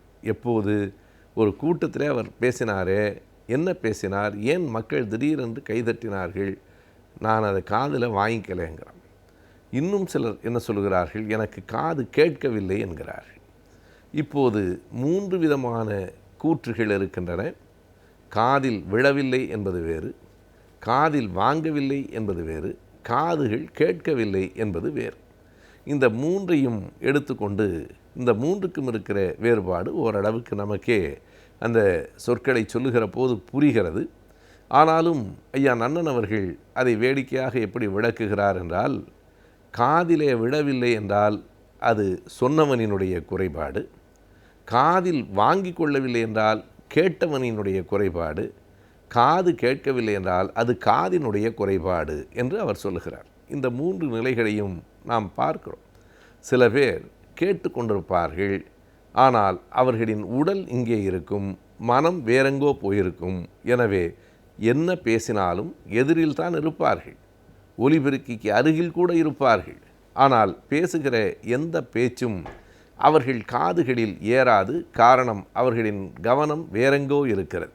ஆகையினாலே அந்த காதில் விழவில்லை என்றால் கவனமாக அதனை அவர்கள் கேட்டுக்கொள்ளவில்லை என்று பொருள். அதற்கு 2 காரணங்கள் இருக்கலாம். ஒன்று, பேசுகிறவர்கள் குறைவாக பேசியிருக்கலாம், குறைவான ஒலியில் பேசியிருக்கலாம், அல்லது இவர்கள் கூர்ந்து கவனிக்காமல் இருந்திருக்கலாம். இதுதான் காதில் விழவில்லை என்பது. காதில் வாங்கி கொள்ளவில்லை என்றால் இவன் கவனமாகவே அதை கேட்கவில்லை என்று பொருள். கவனித்து கேட்க வேண்டும். கவன குறைவாக கேட்பது பிழை. இவனோ கவனமாக கேட்க வேண்டாம் என்றே கேட்கவில்லை, அதை பற்றி இவன் கவலைப்படவில்லை, அதை அலட்சியப்படுத்தி இருக்கிறான் என்றால் அதுதான் காதில் வாங்கவில்லை என்பதற்கான பொருள். காது கேட்கவில்லை என்பது உடற்கூறியல் சார்ந்தது, உடல்நலம் சார்ந்தது, செவி புலன் சார்ந்தது. எனவே அது காதுகளினுடைய கோளாறு. எல்லாம் ஒன்றில்லை. நீங்கள் விடை சொல்லுகிற போது கவனமாக சொல்லுங்கள். உங்களை அனுப்பி வைத்த நண்பர் அல்லது உங்கள் அலுவலகத்தினுடைய அதிகாரி என்ன நடந்தது என்று கேட்கிற போது காதில் விழவில்லை என்று சொன்னால் அது குற்றமில்லை. நான் காதில் வாங்கவில்லை என்று சொல்லாதீர்கள், நீங்கள் போன நோக்கமே சீர்கெட்டு போகும் என்று எழுதுகிறார். இப்படி சின்ன சின்ன சொற்களில் கூட நாம் வழக்கில் அன்றாடம் பயன்படுத்துகிற சொற்கள்தான். அப்படி பயன்படுத்துகிற சொற்களில் கூட என்ன வேறுபாடுகள் இருக்கிறது என்பதை உணர்ந்து நாம் சொற்களை பயன்படுத்தினால்தான் சொல்ல நினைக்கிற கருத்தை சரியாக சொல்கிறோம் என்று பொருள். ஒரு சொல் இப்படியும் அப்படியும் சற்று மாறி போனால் கூட அதன் பொருள் மாறும், நோக்கம் மாறும், உங்கள் நிலையும் கொஞ்சம் சீர்கெட்டு போகும் என்று சொற்கள் எல்லாவற்றையும் பல நேரங்களில் தீர்மானிக்கின்றன என்பதை அந்த புத்தகத்தில் உணர்த்துகிறார். இப்படி ஏறத்தாழ ஒரு 100க்கும் மேற்பட்ட இந்த சொல் வழக்குகளை எடுத்து சொல்லி இதில் இப்படி இதற்கு பொருள் இருக்கலாம் என்று ஏற்கப்பட வேண்டிய தீர்வுகள் என்று அந்த நூலில் பேராசிரியர் நன்னன் அவர்கள் நமக்கு தொகுத்து கொடுத்திருக்கிறார்.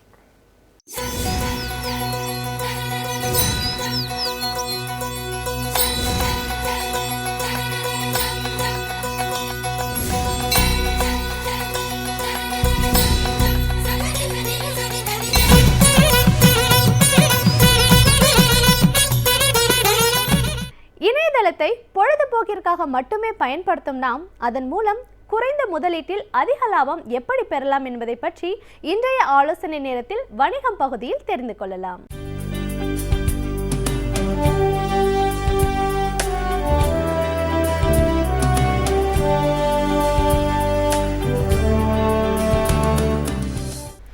வணக்கம். இது வரைக்கும் நம்ம நிறையா ஃபைனான்ஷியல் மேட்டர்ஸு, ஃபைனான்ஷியல் ப்ராப்ளம், எப்படி ஃபண்டிங் வாங்கணும், எப்படி கம்பெனி ஆரம்பிக்கணும், அப்புறம் கம்பெனிக்கு என்னென்ன டைப்பில் ஃபண்டிங் இருக்குது, கவர்மெண்ட்டில் என்ன ஸ்கீம் இருக்குது, ஸ்டார்ட் அப்புக்கு என்ன ஸ்கீம் இருக்குது, அப்புறம் எப்படி பிஸ்னஸ் டெவலப் பண்ணலாம், எப்படி பார்ட்னர்ஷிப் க்ரியேட் பண்ணலாம், எப்படி ஆர்கானிக்காக க்ரோ ஆகலாம், இன்ஆர்கானிக்காக க்ரோ ஆகலாம், இந்த மாதிரி நிறையா விஷயங்கள் பேசணும். அந்த மாதிரி ஒரு ஃபைனான்ஷியல் டெர்மினாலஜிஸ்லாம் என்னென்ன இருக்குங்கிறத பேசணும். ஃபியூ வீக்ஸாக பர்டிகுலராக ஃபைனான்ஷியல் ப்ராப்ளத்தில் மாட்டிக்கிட்டோன்னா எப்படி அந்த ப்ராப்ளத்துலேருந்து வெளியில் வரணும், ஏன்னா இது அப்படிங்கிறத பேசணும். இந்த பர்டிகுலர் டாபிக் தான் நிறைய பேருக்கு கண்டிப்பாக தேவையாக இருந்திருக்கும். ஏன்னா இது பிஸ்னஸ் ஆரம்பிக்கும் போது, பணம் வாங்கும்போது ஒரு சந்தோஷமான மூடில் எல்லாத்தையும் பண்ணியிருப்பாங்க. ப்ராப்ளம் வரும்போது கண்டிப்பாக யாருக்கிட்டையும் போய் சொல்ல மாட்டாங்க. இப்போ பிஸ்னஸ் பணம் வரும்போது எல்லாருக்கிட்டையும் இன்ஃபார்ம் பண்ணுவாங்க. அந்த ப்ராப்ளம் வர ஆரம்பிக்கும் போது சொல்ல மாட்டாங்க. ஏன் 2 டைம் ரிப்பீட் பண்ணுறேன்னா இதை ஃபீல் பண்ணி தெரியணுங்கிறதுக்காக தான்.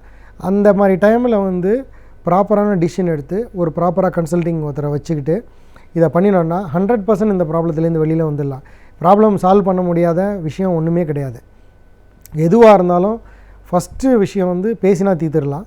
செகண்ட் அதுக்குண்டான அணுகுமுறையோடு போனால் கண்டிப்பாக தீர்த்துடலாம். ஆனால் 2த்துக்கும் டைம் மட்டும்தான் சொல்ல முடியாது. டைம் கண்டிப்பாக வெயிட் பண்ணினோன்னா எந்த மாதிரி இஷ்யூவாக இருந்தாலும் நம்ம சால்வ் பண்ணி முடிக்க முடியும். இப்போ இந்த மாதிரி பேசும்போது இதில் மெயினாக ஒரு டாப்பிக்கை நம்ம பேசணும். பர்டிகுலராக இப்போ ரியல் எஸ்டேட் இண்டஸ்ட்ரியை பற்றி பேசணும். இப்போ current scenario real estate industry எப்படி இருக்குது, இப்போ என்ன மாதிரி நிலைமையில் போயிட்டுருக்கு, எப்படி பண்ணலாம் அப்படிங்கிறதுல இப்போ பார்த்திங்கன்னா இப்போ ஒரு ரியல் எஸ்டேட் வாங்குறவங்க, ஒரு வீடோ ஒரு பர்டிகுலர் நிலம் வாங்குறவங்க என்ன செய்யணும், என்னென்ன நார்மலாக செஞ்சுருக்க மாட்டாங்க, என்ன செய்யணுங்கிறத இது நம்ம பர்சனல் அனுபவத்துலேயும் சொல்கிறேன், ஒரு கன்சல்டிங் அனுபவத்துலேயும் நம்ம சொல்லிகிட்ருக்கோம். இப்போ ஒரு நிலம் வாங்கியிருப்பாங்க, நிலம் வாங்குறதுக்கு போவாங்க. ஃபஸ்ட்டு பேசுகிறது ஒரு சேல் அக்ரிமெண்ட் மாதிரி ஒன்று போட்டுப்பாங்க. இந்த சேல் அக்ரிமெண்ட்டு போடும்போது இதில் நான் ஒரு அப்படியே கோர்வையாக வரிசையாக சொல்லிட்டு வரேன். ஒரு சேல் அக்ரிமெண்ட் போடுறதுல உள்ள ப்ளஸ் மைனஸ் 2த்தையும் சொல்லிடுறேன். சேல் அக்ரிமெண்ட் போடுறது 2 பேருக்கும் ஒரு பாண்டிங் க்ரியேட் பண்ணிக்கும். ஒரு 20 ரூபா ஸ்டாம்ப் பேப்பரில் சேல் அக்ரிமெண்ட் போடுவாங்க. இந்த மொமெண்ட் ஸ்டாம்ப் பேப்பரில் அக்ரிமெண்ட் போட்டாச்சுன்னா இட் இஸ் நல்ல ப்ராப்பரான விஷயம். இப்போ சில டைமில் என்ன ஆகுது, சில மால் ப்ராக்டிஸ் பண்ணுறவங்க இந்த மாதிரி இன்னோசன்ட் பீப்புள்கிட்ட ஒரு சேல் அக்ரிமெண்ட் மாதிரி போட்டுட்டு அந்த சேல் அக்ரிமெண்ட்டை வச்சுக்கிட்டு அவங்கள ஃபர்தராக விற்கவும் விட மாட்டாங்க. இப்போ கொஞ்சம் பணம் கொடுத்துருப்பாங்க, ஃபர்தராக பணத்தை கொடுக்கவும் மாட்டாங்க. இது கண்டிப்பாக நிறைய பேர் இந்த விஷயத்தை அனுபவப்பட்டிருப்பாங்க. பணமும் கொடுத்துருக்க மாட்டாங்க. அவங்கள்ட்ட போய் பேசினா, இல்லைங்க நீங்கள் இவ்வளோ நாள் ஆகிடுச்சு, இன்னுமே பணம் கொடுக்கலையே, 6 மாதம் ஆகிடுச்சு, 8 மாதம் ஆகிடுச்சு, இன்னும் கொடுக்கலையே நீங்கள் அப்படின்னா அதை வரும்பாங்க. நீங்கள் போய் யார்கிட்டையும் விற்கவும் முடியாது. ஏன்னா உங்களோட பண தேவைக்காக அதை பர்டிகுலர் அசட்டை விற்றுருப்பீங்க. இது நான் விற்கிறவங்க சைட்லேருந்து பேசுகிறேன், வாங்குறவங்க சைட்லேருந்து பேசலாம். அதே மாதிரி இப்போ விற்கிறவங்க ஒரு நல்ல எண்ணத்தில் ஒருத்தர் விற்றுருக்காங்க, ஒரு அமௌண்ட்டை வாங்கியிருக்காங்க, சேல் அக்ரிமெண்ட்டையும் போட்டாங்கன்னா அவர் பணம் கொடுக்காமல் இழுத்துக்கிட்டே இருக்கும்போது என்ன ஆகும், கண்டிப்பாக நீங்கள் வேறு யாருக்கிட்டையும் விற்க முடியாது. விற்கலாம், ஆனால் அவர் போய் கோர்ட்டில் போய் ஏதாவது ஒரு கேஸோ ஏதோ ஒரு ஸ்டேவோ எடுத்துட்டாருன்னா இவங்க கண்டிப்பாக ட்ராப் ஆகிடுவாங்க, பர்மனெண்ட்டாக ப்ராப்ளம் ஆகிடுவாங்க. அந்த மாதிரி டைமில் அவங்க செட்டில்மெண்ட் பேசலாம். இது தேவையில்லாத ஒரு விஷயமாகும். ஸோ அதனால் முடிஞ்ச வரைக்கும் டிரான்சாக்ஷனை பொறுத்த வரைக்கும் என்றைக்கு 100% பணம் கொடுக்குறோமோ அன்றைக்கி எக்ஸிக்யூட் பண்ணிக்கிறது நல்லது. நான் பெரிய டிரான்சாக்ஷனை பற்றி பேசலை, ஒரு நார்மலான டிரான்சாக்ஷனை பற்றி பேசுகிறேன். ஸோ இந்த மாதிரி ஒரு லீகல் கான்ஃப்ளிக்ட்டை பற்றி அவாய்ட் பண்ணிக்கலாம். எல்லாருமே இந்த மாதிரி பண்ணுவாங்கங்கிறது கிடையாது. இது நான் செல்லர் பாயிண்ட் ஆஃப் வியூலேருந்து சொல்கிறேன்.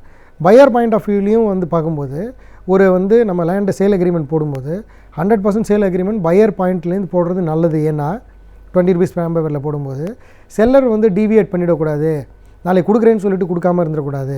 ஏன்னா பணம் இவர் கையிலேருந்து கை மாறி இருக்கும்.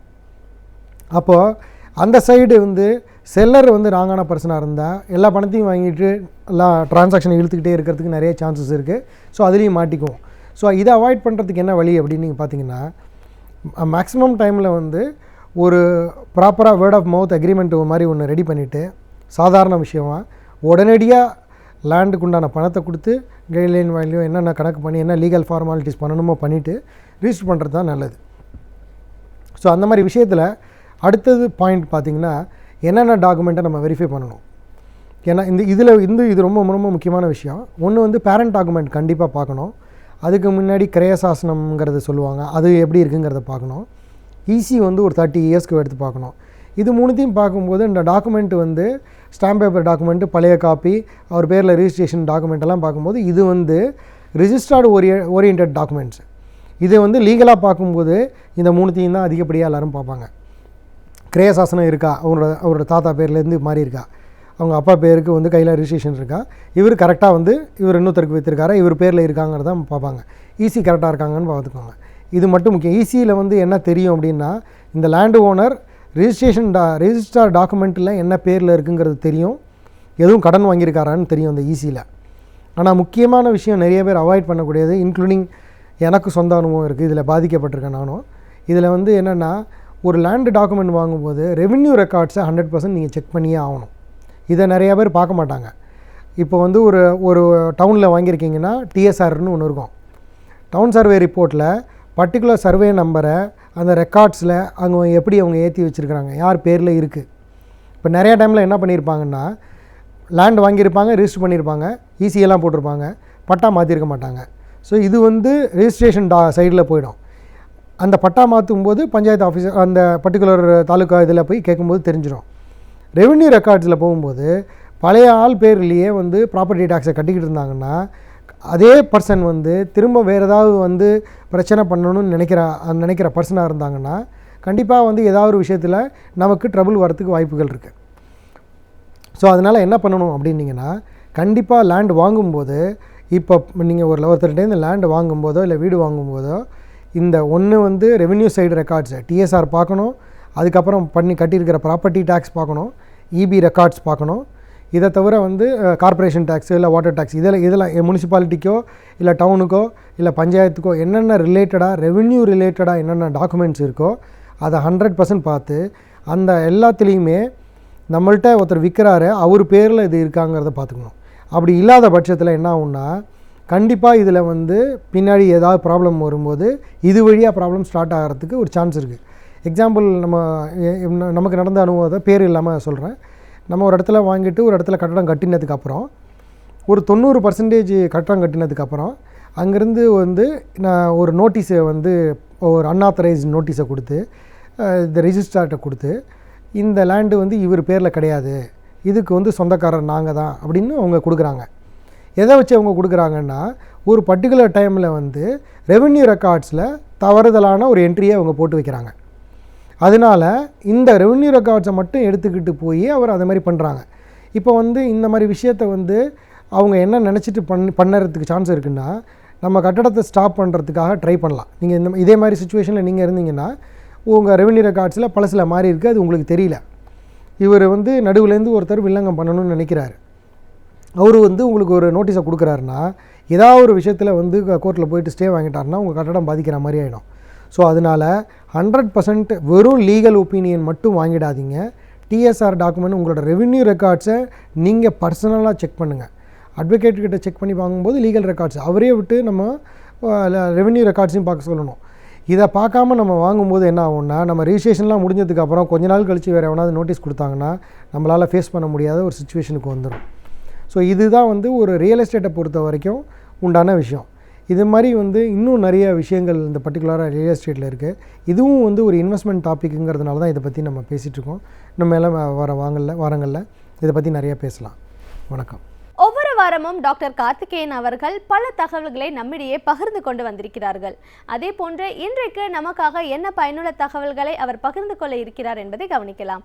நிகழ்ச்சியில் நிறைவு பகுதியாக வரவிருப்பது கற்றலும் கற்பித்தலும்.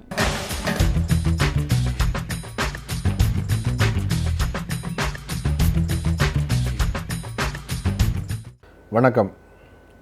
அம்மா அப்பாக்களுக்கும் வீட்டில் இருக்கக்கூடிய பசங்களுக்கும் நிறையா கேப் விழுந்துருச்சு, எப்படி சரி செய்யலாம் அப்படிங்கிறத பற்றி பேசிக்கிட்டு இருக்கோம்.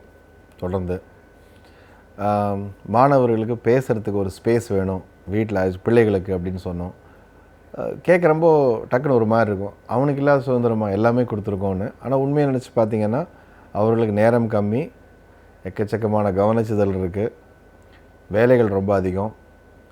இந்த சூழ்நிலையில் அவங்க என்ன செய்கிறாங்கன்னா, முக்கியமான விஷயங்களையே அவங்களால பண்ண முடிய மாட்டேங்குது. சாப்பிட்றது தூங்குறதே பிரச்சனையாகிட்டுருக்கு. இதில் நம்ம கூட மனசு விட்டு பேசுகிறதுங்கிறதுலாம் நடக்காமல் போயிடுச்சு. நம்மக்கிட்டேருந்து வர விஷயங்களும் அறிவுரைகளாக இருக்குது. இதை தான் நம்ம பேசிக்கிட்டு இருந்தோம். என்ன செய்யலாம் அப்படிங்கிற தீர்வுக்கு வரும்பொழுது குறிப்பான ஒரு விஷயம், அவர்களுடைய மனநிலையை எந்த காலத்திலும் நீங்கள் என்ன பண்ணணும், ஒரு இது கண்ணாடி மாதிரி வாங்கிக்கிறதுக்கு தயாராக இருக்கணும். கண்ணாடியோட வேலை உள்ளதை அப்படியே எடுத்து பிரதிபலிக்கிறது, மாற்றாமல் அப்படியே காமிக்கிறது. இப்போ ஒரு அதாவது குழந்தை சொல்லுது, நாளைக்கு நான் வந்து டெஸ்ட்டில் ஃபெயில் ஆகிடுவேன்னு பயமாக இருக்குது அப்படின்னா, ஐயோ நீ ஃபெயில் இதுக்கு தான் நான் அப்போவே சொன்னேன், நீ வந்து காலையில் எழுந்திருக்க மாட்டேன், உடனே நீங்கள் அட்வைஸ். கண்ணாடி இந்த வேலையெல்லாம் செய்யாது, உள்ளதை உள்ளபடி காமிக்கும். அப்படியா என்ன பண்ணலாம் அப்படின்னு கூட உட்காந்து யோசிக்கும் பொழுது அந்த குழந்தை அடுத்த ஸ்டெப்புக்கு ஒரு லேயராக பிரிக்கிற மாதிரி தான் அது. ஃப்ரெண்டு ஏன் போகிறாங்க எல்லாரும்? ஃப்ரெண்டோடைய ஒரே ஒரு விஷயம் என்னென்னா, எது நடந்தாலும் ஏற்றுக்கிற இடம் ஃப்ரெண்ட்ஷிப். நட்போட முக்கியமான இலக்கணம் என்ன? எது நடந்தாலும் ஏற்றுக்கொள்கிற மனோபாவம். அப்போது நண்பன்கிறத விட எது நடந்தாலும் ஏற்றுக்கொள்கிற ஒரு உறவு இருந்ததுன்னா சொல்கிறதுக்கான தைரியம் வரும். சொல்கிறதுக்கான தைரியம் வரும்பொழுது நம்பிக்கை பிறக்குது. நான் இந்த விஷயம் சொல்கிறதுனால இது எனக்கு எதிராக பயன்படுத்தப்பட மாட்டாது அப்படிங்கிற. இப்போ நம்ம ஒரு தடவை சொல்லிட்டோன்னா, இதுக்கு தான் நான் அப்போவே சொன்னேன், நீ வேறு ஏற்கனவே அப்படின்னு உங்களுக்கு எதிராக திரும்பிடுச்சுன்னா சொந்த செலவில் சூனியம் வச்சுக்கிட்ட மாதிரி அது. எந்த பிள்ளையும் ஒரு தடவை தெரியாமல் வாயை திறந்துன்னா அது ஒரு வாயை திறக்காது. அப்போது என்ன முக்கியம்னு கேட்டிங்கன்னா, அந்த குழந்தைய நல்வழிப்படுத்துறது அப்படிங்கிறத வேலை எவ்வளோ முக்கியமோ அதோட முக்கியம் உள்ளதை உள்ளபடி பார்க்குறது. இன்றைக்கி பெரும்பாலான பெற்றோர்களுக்கு தன் குழந்தைகளை பற்றி தெரியறதில்ல, ஒன்றுமே தெரியறதில்ல. ஏன்னா அவருடைய உலகம் தனியாக வெளியில் இருக்குது, இன்டாக்டாக இருக்குது. அவங்க உலகம் வந்து ஆன்லைனில் தனியாக இருக்குது, ஃபோனில் தனியாக இருக்குது, ஃப்ரெண்ட்ஸோடு தனியாக இருக்குது, ஸ்கூலில் காலேஜில் தனியாக இருக்குது. நீங்கள் பார்க்குற பிள்ளைகள் உங்கள் பிள்ளைகளே கிடையாது. அப்போ அவருடைய உலகம் முழுக்க உங்களுக்கு தெரியணும் வேண்டாட்டியும் ஓரளவுக்காக தெரியணும் இல்லையா? அதே மாதிரி எல்லா நேரமும் நாம் ஒரு மேலிருந்து ஒரு அட்வைஸ் மாதிரியும், எங்கள் காலம்தான் சிறந்தது, எங்கள் காலத்தில் எல்லாமே நல்லா இருந்தது, இந்த காலம் எதுவுமே சரியில்லை, இது போன்ற தகவலாக கொடுத்துக்கிட்டு இருக்கும்பொழுது அவங்க அந்நியப்பட்டு போயிடுறாங்க. பேசுகிறதுக்கு ஒன்றுமே இல்லை அப்படின்ட்டு போகிறாங்க. உங்களோட வாழ்க்கையை சுவையாக சொல்கிறதுக்கு சில தருணங்கள் இருக்குது. அவங்க கேட்கும்பொழுது ஆர்வமாக இருக்கும் பொழுது, உதாரணத்துக்கு ஒரு சினிமா பார்க்குறீங்க, இப்படியாப்பா இருந்து அந்த காலத்தில், ஆமாப்பா இப்படி தான் இருந்துன்னு சொல்லலாம். நீங்கள் கூப்பிட்டு உட்கார வச்சு 1 மணி நேரம் இப்படி தான் எங்கள் காலத்துலலாம் எப்படி இருக்கும் தெரியுமா அப்படின்னு ஆரம்பிச்சிங்கன்னா அந்த பையன் எப்போ கிளம்பலான்னு உட்காந்துட்ருப்போம். இதுதான் நிஜம். இது எல்லாத்தையும் விட முக்கியமான விஷயம், அந்த பையனுடைய முழுமையான மனநிலை எல்லா காலத்துலையும் தெரியறதுக்கு இல்லாட்டியும் யார் யாரெல்லாம் அவனெல்லாம் பாதிக்கிறாங்கன்னு தெரிஞ்சுக்கணும். அவனுடைய நண்பர்கள் யார், நட்புகள் யார், தொடர்புகள் யார், இது தெரியறதுக்காவது நீங்கள் வந்து கிட்ட அருகில் போய் தான் ஆகணும். தள்ளி இருந்து தெரிஞ்சிக்கவே முடியாது உங்களால். யார் யார் கூடலாம் பழகிட்டு இருக்கான், யார் யார் கூட பேசிக்கிட்டு இருக்கா, யார் யார் கூட வெளியில் போயிட்டுருக்காங்க, எந்த மாதிரியான இதெல்லாம் இவங்களுக்கு செய்திகள் வந்துக்கிட்டு இருக்குது, எந்த மாதிரி புத்தகங்கள் படிக்கிறாங்க, இவங்களுடைய நேரம் எப்படி இருக்குது, என்ன சாப்பிட்றாங்க, என்ன தூங்குறாங்க, இதுதான் ஒரு அம்மா அப்பாவுக்கு தெரிய வேண்டிய விஷயம். வாங்கக்கூடிய மார்க் மட்டும் கிடையாது. மார்க் மேலே போகுது கீழே போகுதுன்னு பார்க்கக்கூடிய ஒரு இது தெர்மாமீட்டர் மாதிரி அம்மா அப்பா இருக்கக்கூடாது. என்ன நடந்துக்கிட்டு நம்ம பிள்ளைகளுக்கு அப்படின்னு தெரியணும். அதே மாதிரி திரும்ப சொன்ன மாதிரி இன்னொரு குழந்தையோட ஒப்பிட்டு பேசுகிறது, எப்போவுமே நம்ம மட்டும் எல்லாமே பர்ஃபெக்ஷன் இருக்கிற மாதிரி குழந்தைங்கிட்ட பர்ஃபெக்ஷன் எதிர்பார்க்குறது, நம்ம எல்லாம் கடைசி நேரத்தில் செய்வோம். ஆனால் பிள்ளைகளை சொல்லுவோம் எல்லாத்தையும் பிளான் பண்ணி பண்ணு அப்படிம்போம். அப்போ அந்த குழந்தை பார்க்குது இல்லை, அந்த இன்னடிக்வசியை வந்து பார்க்குது. அப்போது உன்னால் இருக்க முடியும். அப்புறம் இன்னொன்று சொல்லுவோம், நான் தான் இல்லை நீயாவது இரு. இது எந்த விதத்தில் நியாயமே கிடையாது. முதல்ல உங்ககிட்டையும் ஒரு குறைகள் இருக்குது, பிள்ளைகள்கிட்டையும் குறைகள் இருக்குது. ரெண்டுமே சமநிலையில் வச்சு பார்க்கும்பொழுது அந்த குழந்தை என்ன பண்ணுன்னா, பிள்ளைகள் அப்பா அம்மாக்களுடைய ஒரு இன்னடிக்வசி கூட அக்செப்ட் பண்ணிப்பாங்க, ஒத்துக்க முடியும். அவங்களால இவ்வளோ தான் முடியுது, அவங்களுக்கு இதுதான் தெரியுது அப்படின்னு. ஆனால் அதெல்லாம் நீங்கள் மறைச்சிக்கிட்டு ஒரு பவர், அந்த ரோலுடைய பவர் இருக்குது பார்த்தீங்களா, அந்த நீங்கள் பவர் எடுக்கும் பொழுது தட்டி விட்டு போயிடுறாங்க. இன்றைக்கு பள்ளிகளில் எல்லாம் என்ன பண்ண பயமுறுத்தி ஒரு இன்டர்னல் அசஸ்மெண்ட்டுக்காகவோ மார்க்குக்காகவோ கோச்சிங்காகவோ பல்ல கடிச்சிக்கிட்டு தான் இருக்காங்க. அந்த அபிமானம், அந்த அன்பு, அந்த நம்பிக்கை, அந்த ஈர்ப்பு அப்படிங்கிறது சில ஆசிரியர்கிட்ட மட்டும்தான் இருக்குது. யார்கிட்டன்னா அவங்க தேடி வரல, இவங்க தேடி போகணும்.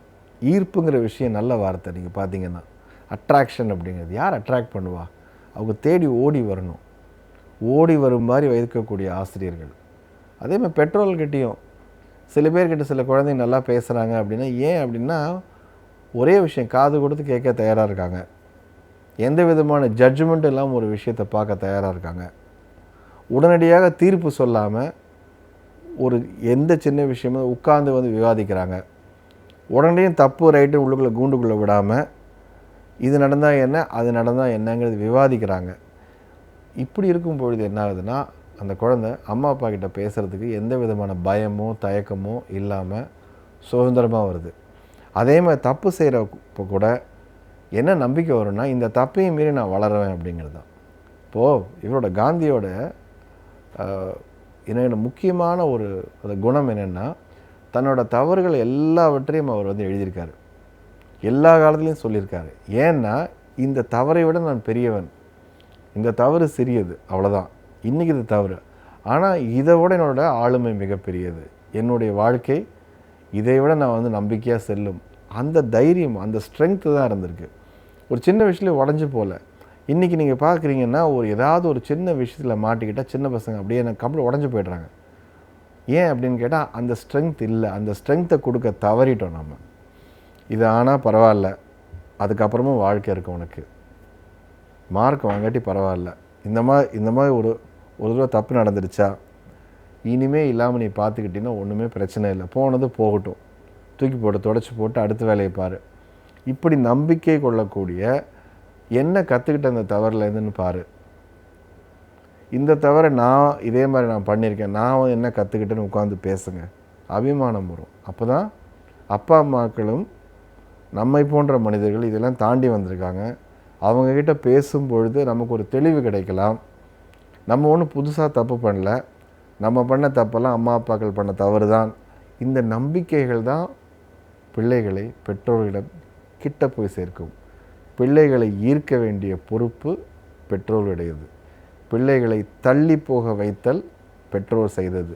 அதனால் பிள்ளைகளை மீண்டும் தன் பக்கம் இழுக்க வைப்பதும் பெற்றோர்கள் மட்டுமே செய்ய முடிகிற கடமை.